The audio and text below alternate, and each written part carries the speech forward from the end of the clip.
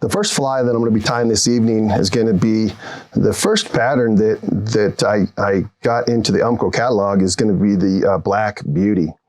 And I think we can all agree as we head into the winter season, it's hard to underestimate the importance of midges, because midges are so critically important this time of year. And what midges lack in size, they make up in numbers. So it's very, very important for us to fish midges this time of year. And the Black Beauty is a midge pupa. So as a tailwater enthusiast, we should familiarize ourselves with the larva, the pupa, and the adult. And anytime that we see a midge hatch in progress, that's a sign to us as fly fishers that we should start to be fishing with pupa patterns, and more importantly, fishing those imitations mid-column. I tie the Black Beauty on a Tiemco 101 in sizes 18 through 22. Typically fish larger flies in the spring when we have the big spring midge, and during the dead of winter, typically 22s and 24s. And I found that fishing a smaller fly like a 24 can be a huge advantage to heavily pressured waters. I tend to catch more fish on a 24 than I do in a 22. So if you're going to err on one side or the other, go small. We'll begin with a jam knot behind the glass bead there, which is an extra small silver lined glass bead.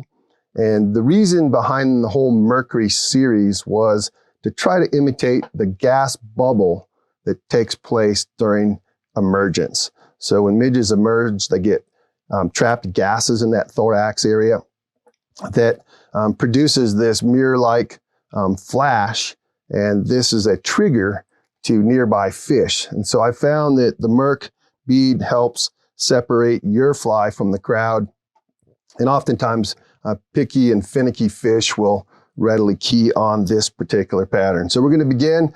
This is an 8/0 uni thread, and we're going to secure a piece of small wire, and we're going to run that right along the spine or the shank of the hook, right back towards hook bend.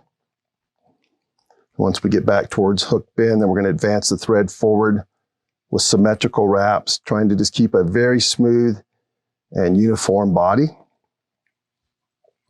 Typically, a lot of the flies that I tie is a less is more mentality. So we want to keep these flies very thin, very sparse. And for the most part, a lot of the patterns that I tie, they're not going to win a fly tying contest, but they're guide flies. And I can assure you that the simplicity of this pattern, don't let it fool you, because it is a deadly trout producer. We're going to take this wire now and we're going to reverse rib this to create a segmented body right up towards that thorax area. Now your midge larvae typically are uniform throughout their worm-like body. So when we're tying those, it's important that we have that uniform body. But when we're tying pupa, on the other hand, they have a swollen thorax where the wings and the legs of the emerging adult are going to be popping through.